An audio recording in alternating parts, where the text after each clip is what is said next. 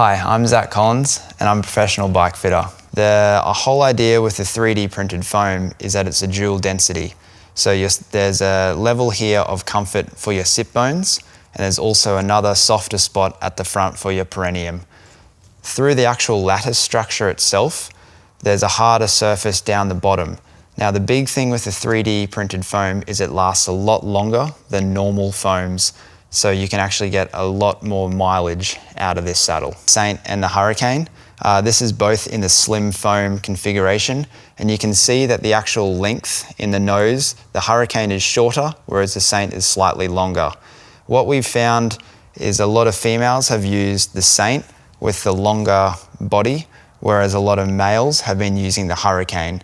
What I've seen is with the men, they tend to narrow up the front end of the Hurricane and actually widen the rear, whereas the females tend to widen the front and narrow up the rear. And this is basically purely based on how you fit and how you feel on the bike. So the BiSaddles come in 3 different rail options.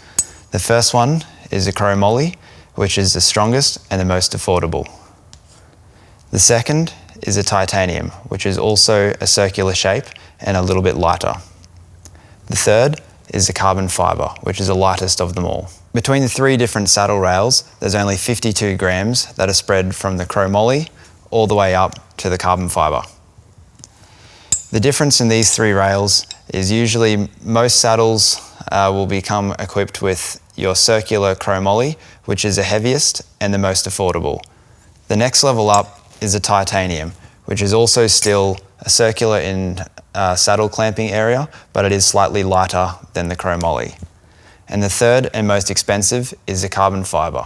This will also mean that you will need the oval-shaped saddle rail clamps, as it's not a circular shape, but it is oval. So over the years, what I've seen with traditional saddles is once you buy a saddle, it's kind of one size fits all.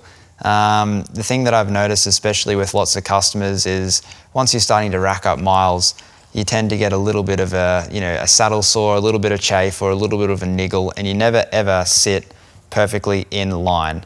The best thing about BiSaddle is you don't have to always worry about asymmetry.